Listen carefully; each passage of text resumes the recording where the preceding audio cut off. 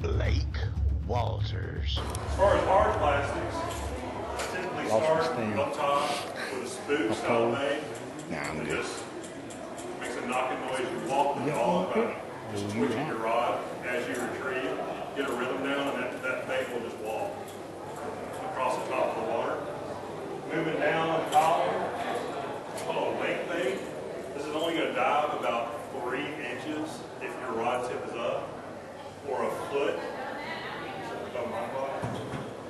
Or a foot if you put your rod tip down. So you can get from right under the surface where it's making a wake, or down to about a foot where it's swimming there because it's under that surface where he's used to feeding.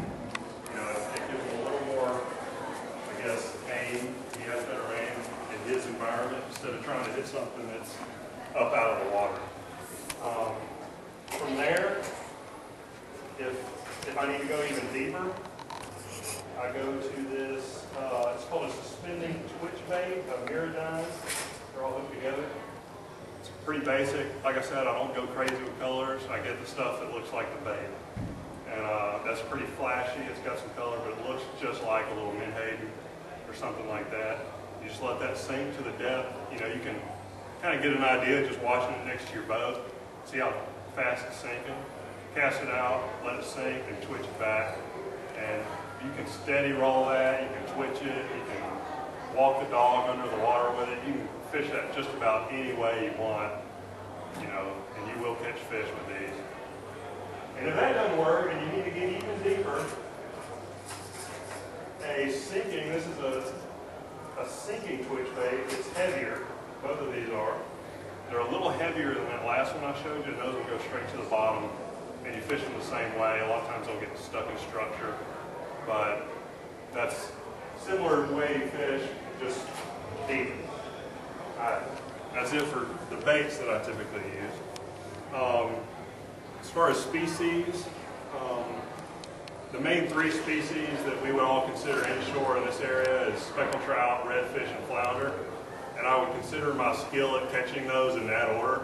So I'm going to start at speckled trout. You catch these at this time of year. They're in the rivers and creeks off the bay in deeper holes. You know, areas like Little Lagoon, it's different, and you know, the marsh, it's a little different, but we're going to focus on the bay system. They'll run pretty far up the delta into fresher water, and they will sit in the holes, the deeper holes, and just, you know, on the bottom. And you can drag, like I said, a jig head with a plastic across the bottom as slow as you can, and you'll catch fish, just like trolling almost, but just dragging the bottom. As spring comes up, the fish will start to move out of the rivers and the creeks, and you'll catch them on what I would call medium to shallow structure, oyster reefs, or the mobile basis reef system. There's public numbers all over the internet on Outdoor Alabama for these reefs, and those are a great place to go in the spring. You can swim baits from the surface all the way down and catch fish a lot of times that time of year, and the fish are schooling.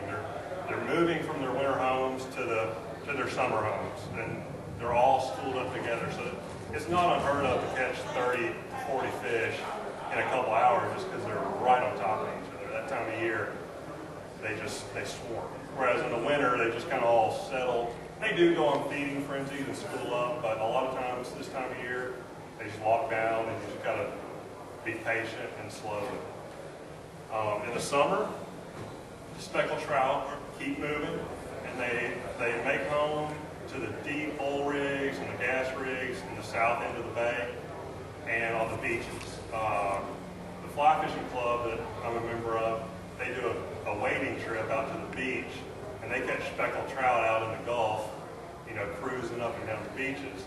But you also catch them there at the natural gas rigs, just vertical jigging or under a slip cord, which I didn't bring slip cord, but you fish, you know, kind of the same baits, those plastics on a jig head, or even a shrimp pattern, which I don't tend to use a whole lot, but that time of year, under a slip cord, that's what a lot of guys catch.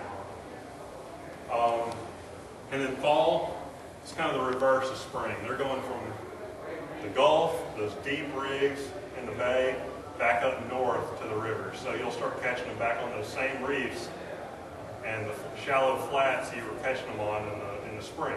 It's just kind of that they're just going a different way than they were, you know, before. And then back to winter, same thing, back up in the rivers. Redfish, I am no expert on redfish, I will tell you right now. I catch redfish a lot in the spring. We'll go over to South Mobile County on the marshes and catch a lot of redfish as they're moving along the flats. It's a pretty good bet if you can go down to the mouth of those rivers and creeks in South Mobile County towards Dolphin Island. You know, find points and structure. Anywhere you can find points and structure, there's a good chance you'll find redfish there. And now in the fall, late summer, fall, you get the bulls. The bulls will run up into the south end of the delta, and you can catch 40-inch bull reds on all the rivers, creeks, chasing after all the baits, spawning out of these rivers. It's pretty awesome when you're out speckled trout fishing and you catch a 40-inch fish, you know, on a little spinning rod. But that's a lot of fun. Flounder, they kind of do the opposite thing that the speckled trout do. Speckled trout come up this way during the wintertime. They come and hunker down up in the delta. Flounder go out in the Gulf. They go out into the deep holes in the Gulf, and you can catch them. I've heard guys catching, you know, flounder 20 miles offshore, you know, while they're snapper fishing. You know, they move way out and spawn out in the colder months in the Gulf. And as it warms up, they start moving back up into the rivers and creeks and up in the delta, and that's when they lay their eggs and hatch out up here.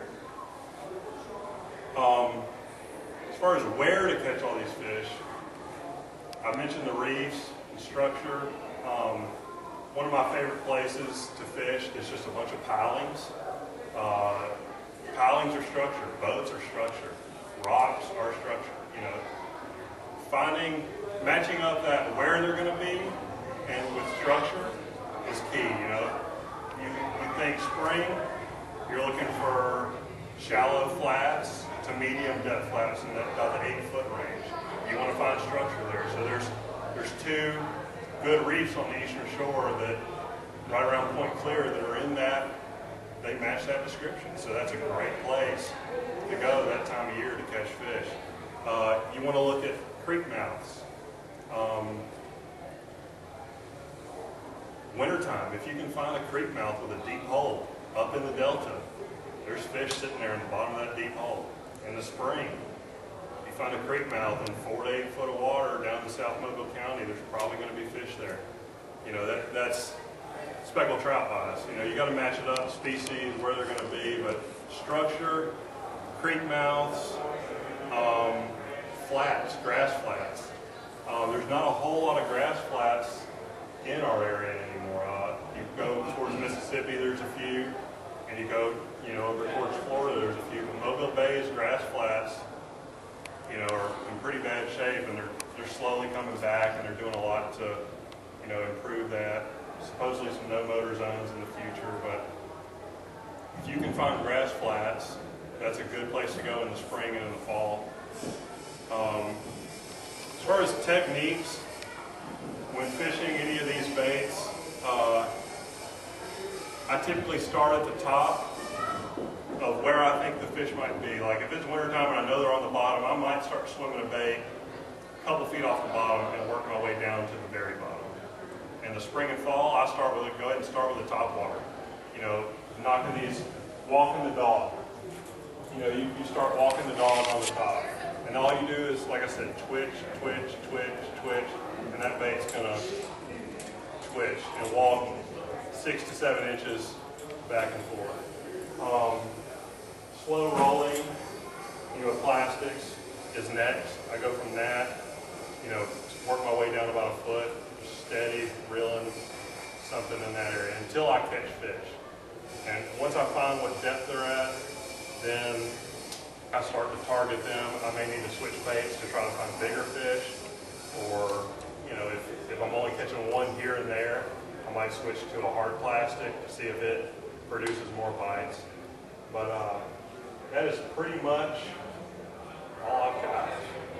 I've kind of sped through it, but that's how I fish. I mean, I wouldn't call myself an expert by any means, but somehow I catch fish here and there. But, Are you catching fish now? Yes, sir. I can't tell you exactly where, but right now, you know, it got real cold, and it's starting to warm up. So they've gone from sticking to the bottom, it seems like, where they were just hunkered down when it got real, real cold, to where they've started moving a bit, starting to feed. And it's like they're preparing for that warmer weather to start moving again.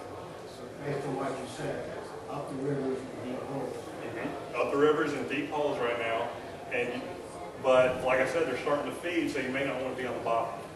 You know, you may want to start, you know, if this is the bottom, you may want to start around 3 foot off the bottom, because those fish are, you know, they're getting stirred up, and it's, you know, that's not always the case. A good fish finder, you'll be able to see the bait, and if you find bait at 4 foot off the bottom, start there. You know, one of the most bizarre things that happened to me, I was under the impression coming from the bass fishing world that I just needed to drag bottom all the time no matter where I was.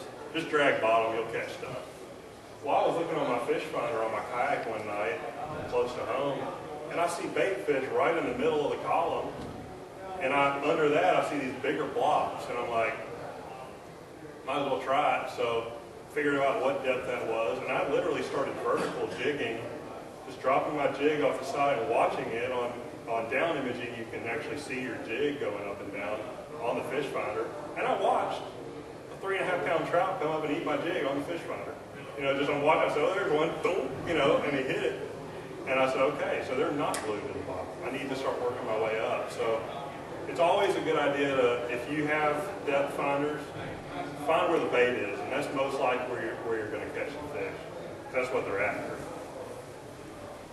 Any other questions? How deep does the water have to be before you call it a deep hole? Deeper than the rest of the water. A deep hole in the place I fish on a regular basis is 7 to 9 foot, whereas, you know, in other rivers on the system, you might be looking at 20 feet. You know, just in contrast to the area around it. The salt water tends to, it's more dense, so it's going to be lower in the water column. And so, you know, as the fresh water flows over it, the salt water will stick in those deeper holes, in the holes that are deeper than the area around it.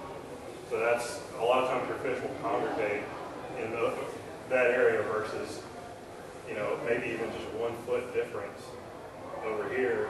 That's water might be a little bit saltier right here. So that's what I found. There's, you know, like Little Lagoon, that place is, you know, it's got holes all over the place. You might catch fish here where it's 6 foot and not catch them here where it's 5 foot. You know, it's barely any deeper, but just that 1 foot depth change, it holds fish. And other times, I catch fish on what I call humps. You know, they might be on that 5 foot hump and not in that hole for some reason or another. But that's why it's important to read the bottom a lot of times and look, you know, and see where the bait is, where the fish are. It's an invaluable tool. I mean, you can't, you know, I go out on very rarely to a new spot without